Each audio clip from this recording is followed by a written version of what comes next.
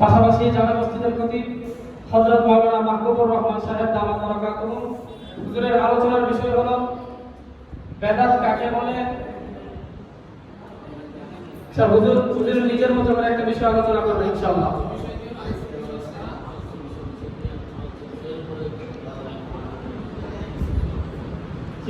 হুজুরকে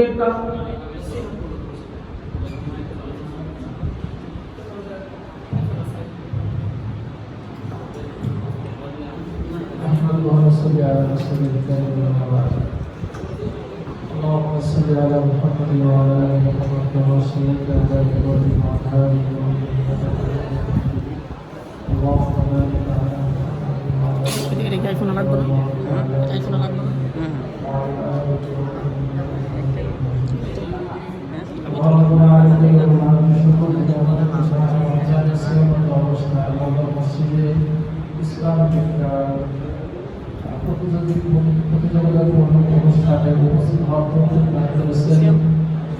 এবং অবশ্যই সেই পর্যায়ে চলে এসেছি আপনাদের জন্য আমরা আল্লাহ তাআলার শুকরিয়া আদায় করি সকলে বলে আলহামদুলিল্লাহ।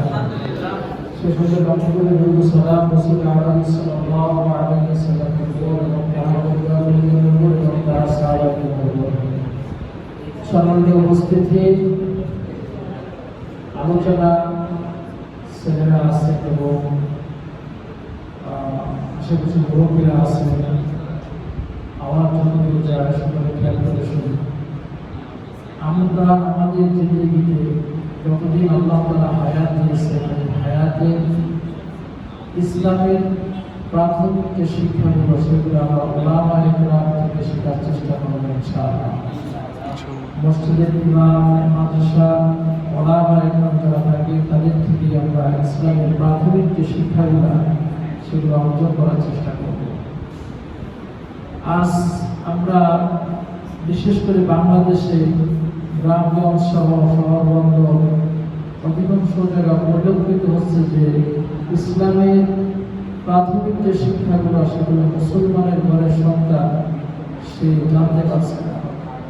তাকে যদি জিজ্ঞাসা করা হয় যে তুমি নামাজের খরচ কয়টি কি বলো, দেখা যায় যে মুসলমানের ঘরে জন্ম, এরপরে সে নামাজের খরচ বলতে পারছে না।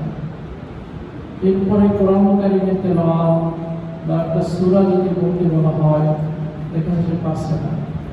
তো এইভাবে ইসলামের প্রাথমিক যে শিক্ষাগুলো আছে আমরা উলামায়ে কেরাম, দাওয়াত ও তাবলীগ, মাদ্রাসা হুজুর যারা আছেন তাদেরকে জিজ্ঞাসা করার চেষ্টা করব ইনশাআল্লাহ।